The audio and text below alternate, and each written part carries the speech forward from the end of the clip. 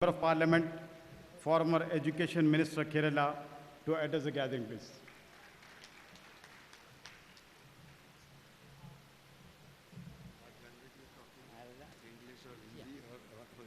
Assalamu alaikum. Most respected Chairman of this meeting, Honorable Retired Chief Justice of India, Ahmed Sahib, topmost All India MES leaders, my learned friend, Dr. Faisal Ghafoor, President of MES Kerala, other dignitaries in the dais and off the dais, brothers and sisters. Alhamdulillah, it gives me immense pleasure to be with you and participating in this valedictory function of 2 days meeting connected with the educational upliftment of the minorities in India. I understand the time constraint is there. There are many eminent personalities who is going to make their observation on this topic. I don't want to take much of your time. Even though I myself is not active member of MES, we are like-minded in many ways. We are thinking loudly on how to protect the interest of the minorities, especially as far as education is concerned. Similarly, we are co-travelers moving to the same direction.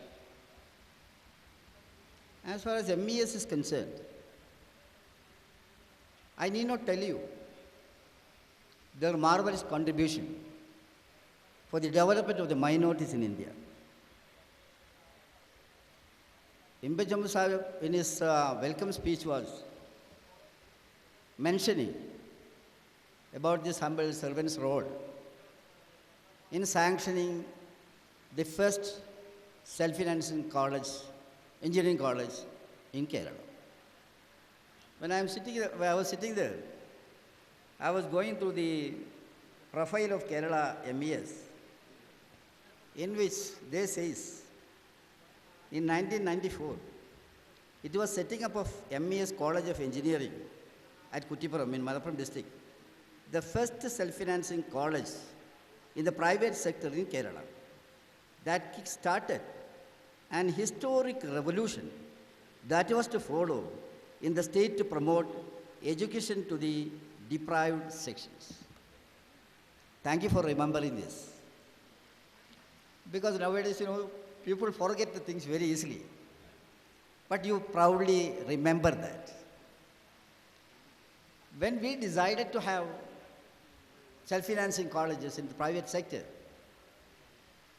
we had different kind of consideration. Finally, we arrived at a conclusion that MES may be the best institution to take up this challenge. I feel that our decision at that time was 100% correct.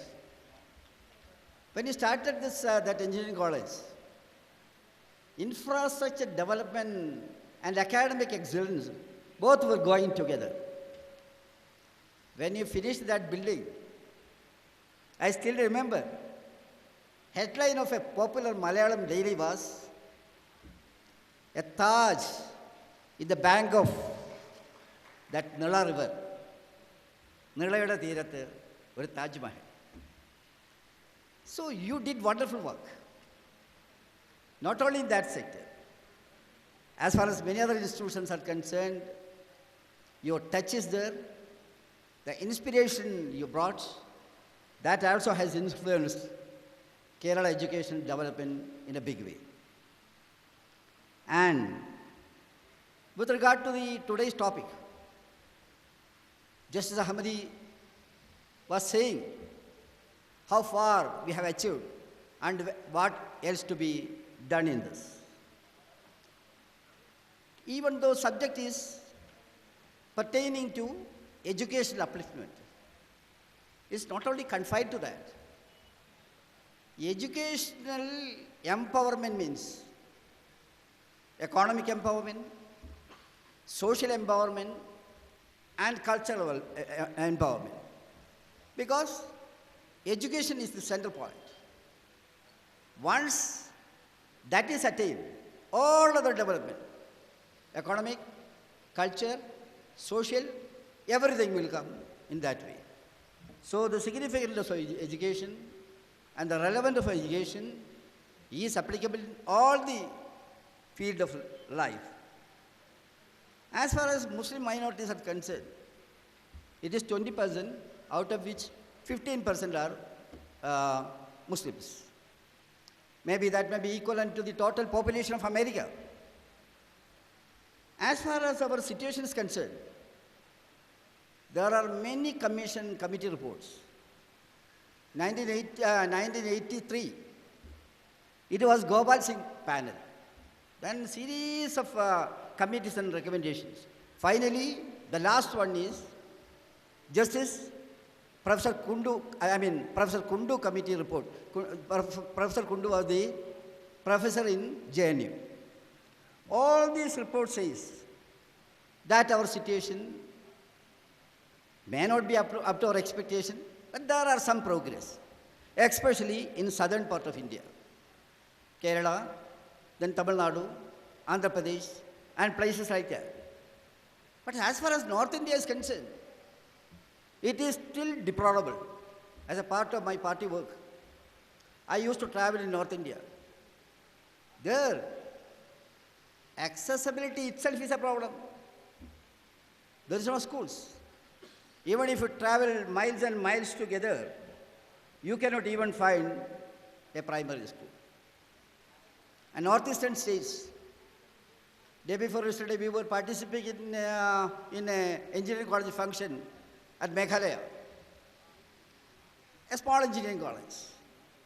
He was saying that engineering college is first one in northeastern states. Students from different parts of that 7 states, they used to come there and have their education. In this, there are many things to be done. My first suggestion to Southern India people is, we must export the resources to North India. Because Allah has given us a lot of blessings. We are enriched in many ways.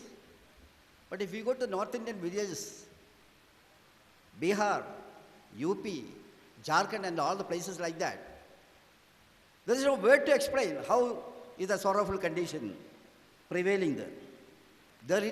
We are all duty bound to help them. And it's really compulsory on our part. Resource, that is manpower resource, financial resource, and whatever is possible, it is our duty to extend it to North India. Coming to the policy decisions, I have been closely listening to national education policy, your proposals. It's a very serious thing. National education policy is going to be a new education policy. We had 1986, Rajiv Gandhi's period, that education policy is with us. Now this new government, we all know that. What exactly is their ultimate goal? I don't want to discuss much on that controversy. But the role of the policy makers, it is very important. They were all saying about the value of secular democracy. As far as this country is concerned, we are all having high regard to our country. Ours is the biggest democracy. We are proud of our secular tradition. But unfortunately, what is happening? We all know that communalism is taking place in a country in an alarming way. Academicians are sitting here. There are certain institutions, SCRT, which is an authentic body on curriculum framework, CBSE, UGC, ICHR, Indian Council for Historical Research, and textbook in various states. What is happening? Considering the time framework, I don't want to go to the details. You can very well understand. It is all under grip of communalism. I am shocked to know how the government reshaped the NCRT. We are sorry to hear that. All such elements are appointed to give leadership to the kind of institution. ICHR, that is the authentic body on the history preparation of India and history textbook and all kind of things. What is happening there? They are now assigned how to jeopardize the history of India. That's what they are doing. I want to bring this kind of the things to the notice of the eminent personalities and academicians sitting here. With regard to appointment of the vice chancellors, I myself was the Minister for Education 7 years.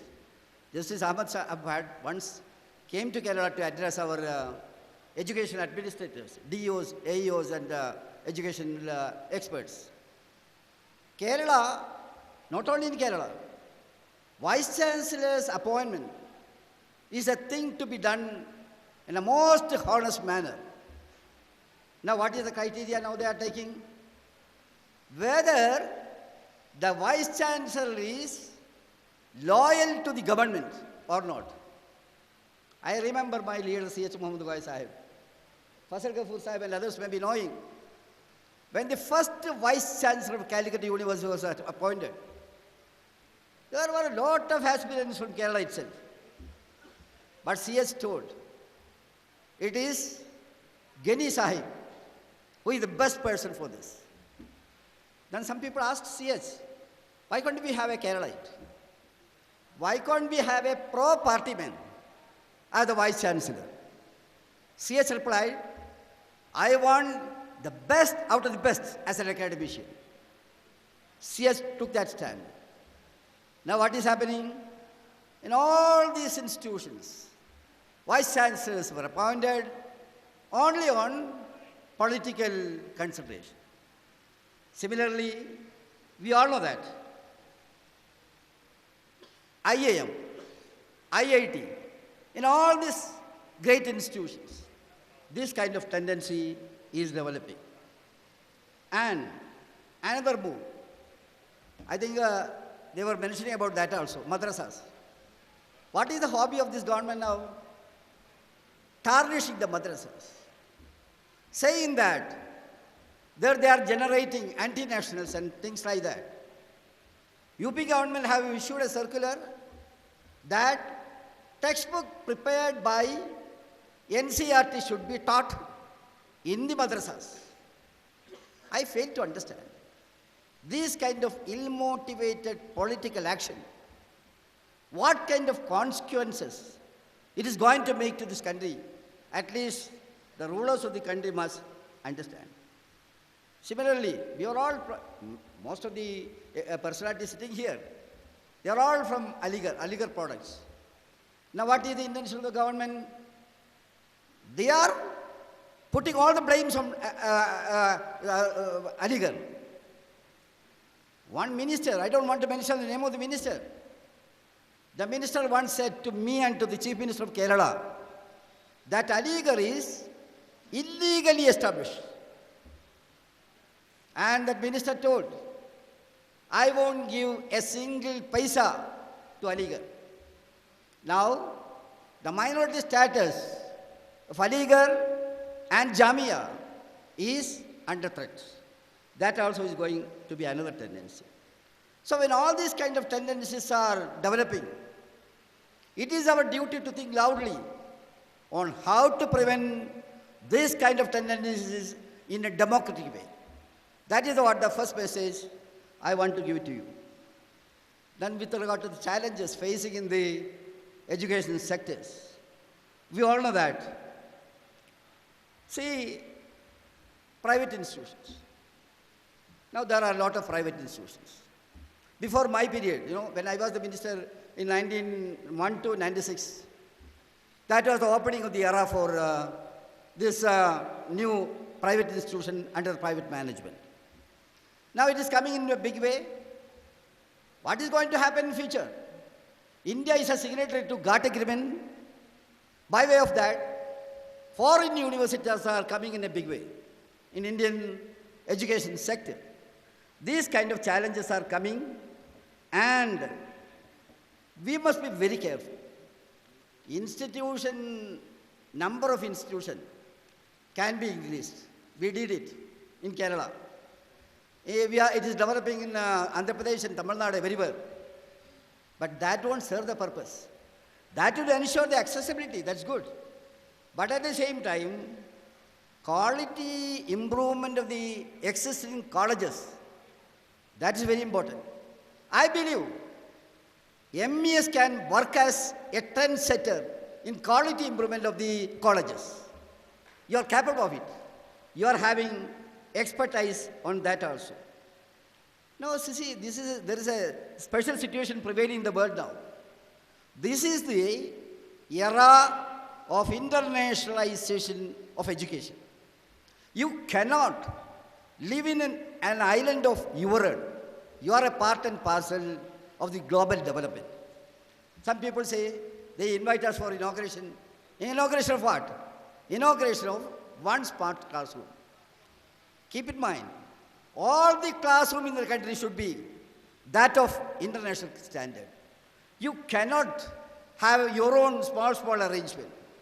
As far as quality is concerned, it is possible.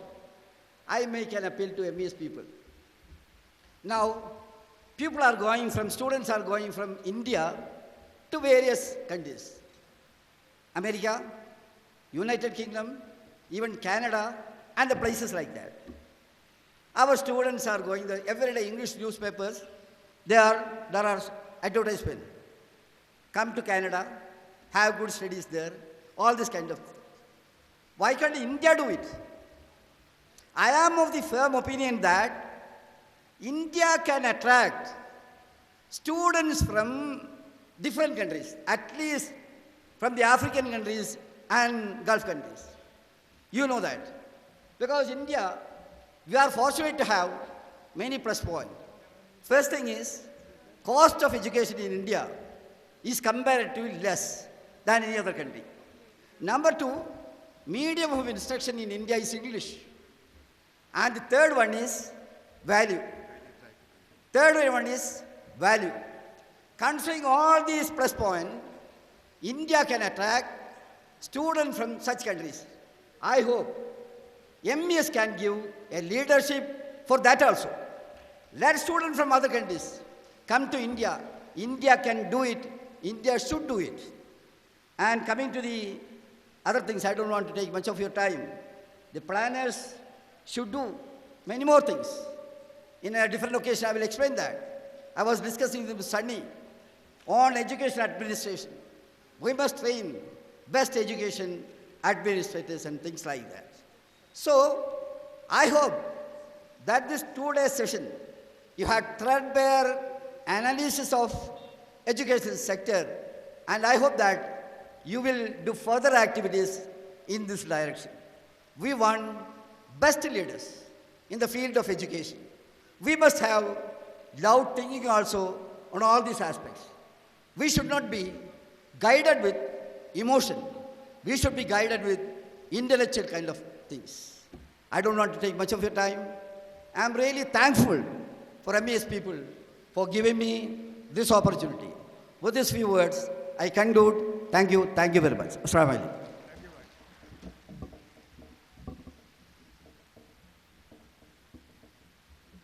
Thank you very much. I request Dr. P.